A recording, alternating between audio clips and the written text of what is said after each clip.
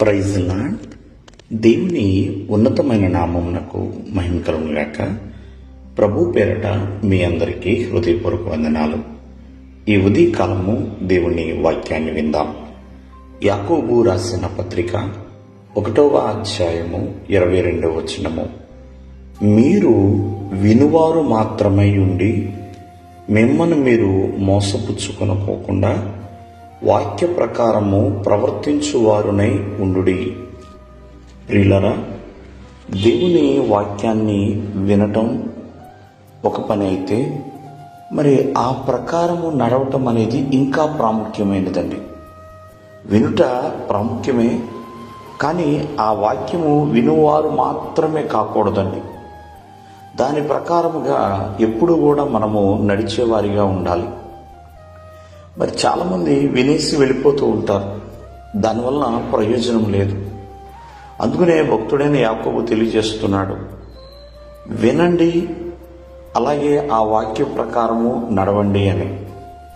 వినుట వలన విశ్వాసం అనేది కలుగుతుందని, అదే వాక్యం ప్రకారముగా నడుచుట వలన ఎన్నో గమ్యాలు చేరగలుగుతాం, ఎన్నో విషయాలు నేర్చుకోగలుగుతాం.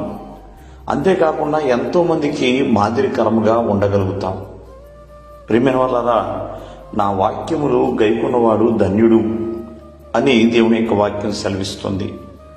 ఒక ధన్యకరమైన జీవితాన్ని మనం జీవించాలన్నా దేవుని వాక్యం ప్రకారముగా నడిచేవారిగా ఉండాలండి. అనుదినము కూడా దేవుని చిత్తాన్ని చేయాలన్నా దేవుని యొక్క వాక్యాన్ని ప్రకారముగా నడవాల్సిందే. ఆయన వాక్కులు గైకొనాలి. కావున వింటున్నారో, విన్నదాని ప్రకారం నడుస్తున్నారో అనేది ఆలోచించుకోవాల్సిన సమయము ఈ ఉదయకాలము. కావున ప్రతి ఒక్కరు కూడా ప్రభు యొక్క వాక్యాన్ని మనము గైకొని ఆ ప్రకారముగా నడిచేవారిగా ఉండాలండి. ఎందుకంటే నడవకపోతే ప్రతిఫలం ఎక్కడి నుంచి వస్తుంది? నడవకపోతే ఉపయోగం లేదండి.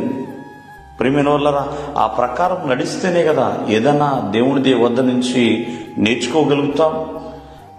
దేవుని ద్వారా ఒక ఆశీర్వాదం అనేది పొందుకోగలుగుతాం. కావున ప్రతి ఒక్కరు కూడా దేవుని వాక్కులు ధ్యానిస్తూ, దేవుని యొక్క వాక్యాలను వినుచు, దేవుని వాక్యాల ప్రకారం నడుస్తూ దేవుని వాక్యాన్ని ప్రకటించే వారిగా ఉండాలి. దేవుడు మిమ్మల్ని ఆశీర్వదించును గాక. ఆమేన్.